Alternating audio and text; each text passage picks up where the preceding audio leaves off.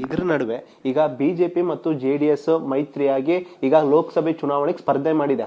ಈಗ ಸ್ಥಳೀಯ ಸಂಸ್ಥೆಗಳ ಚುನಾವಣೆ ಮತ್ತೆ ಗ್ರೇಟರ್ ಬೆಂಗಳೂರು ಏನು 5 ಪಾಲಿಕೆಗಳ ಚುನಾವಣೆನಲ್ಲೂ ನಾವು ಮೈತ್ರಿಯಾಗಿ ಸ್ಪರ್ಧಿಸ್ತೀವಿ ಅನ್ನೋ ಚಿಂತನೆಯಲ್ಲಿ ಇದೆ. ಇದರಿಂದ ಏನಾದ್ರೂ ಕಾಂಗ್ರೆಸ್ಗೆ ಎಫೆಕ್ಟ್ ಆಗತ್ತಾ ಅಂತ? ಕಾಂಗ್ರೆಸ್ಗೆ ಏನು ಎಫೆಕ್ಟ್ ಆಗಲ್ಲ ಅದರಿಂದ. ಈಗ ಕಾಂಗ್ರೆಸ್ ಪಾರ್ಟಿ ಕಾಂಗ್ರೆಸ್ ಇರುತ್ತೆ.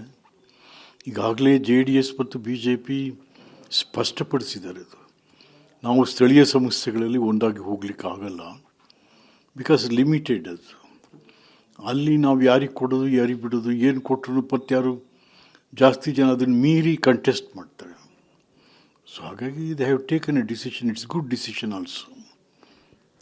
ಸರ್, ಇವತ್ತು GB ಎಲೆಕ್ಷನ್ ಮಾಡಿ ಅಂತ ರಾಜ್ಯ ಸರ್ಕಾರಕ್ಕೆ ಸುಪ್ರೀಂ ಕೋರ್ಟ್ ಸೂಚನೆ ಕೊಟ್ಟಿದೆ. ಈಗ ಇಲ್ಲೇನು ಒಟ್ಟಾಗಿ ಸ್ಪರ್ಧೆ ಮಾಡ್ತಾರೆ ಅನ್ನೋ ಲೆಕ್ಕಾಚಾರದಲ್ಲಿ ಮೈತ್ರಿ ಪಕ್ಷಗಳು ಇವೆ.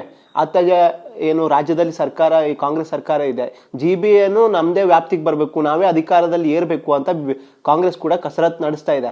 ಈ GB ಎಲೆಕ್ಷನ್ ನೋಡಿದ್ರೆ ಯಾವ ರೀತಿ ಫೈಟ್ ನಡೀಬಹುದು ಅಂತ? ಅಲ್ಲ, great Bengaluru authority election it's a local body election. ಅದು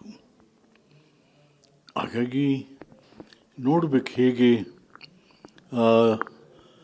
ಇವರು ಯಾವ ರೀತಿ ತಗೋತಾರೆ. This BJP and JDS, how they are going to receive ಅದನ್ನು ನೋಡ್ಬೇಕು ಹೇಗೆ ಅಂತ.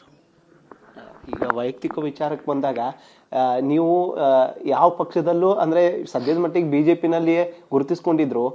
ನೀವು ಮುಂದೆ ಇವಾಗ 28ಕ್ಕೆ ಎಲೆಕ್ಷನ್ ನಡೆಯುತ್ತೆ, ಆಗ ಯಾವ್ದಾದ್ರು ಪಕ್ಷದ ವತಿಯಿಂದ ಏನೋ ಸ್ಪರ್ಧೆ ಮಾಡೋ ಲೆಕ್ಕಾಚಾರದಲ್ಲಿ ಅಥವಾ ಯೋಚನೆಯಲ್ಲಿ ಇದ್ದೀರಾ ಸರ್?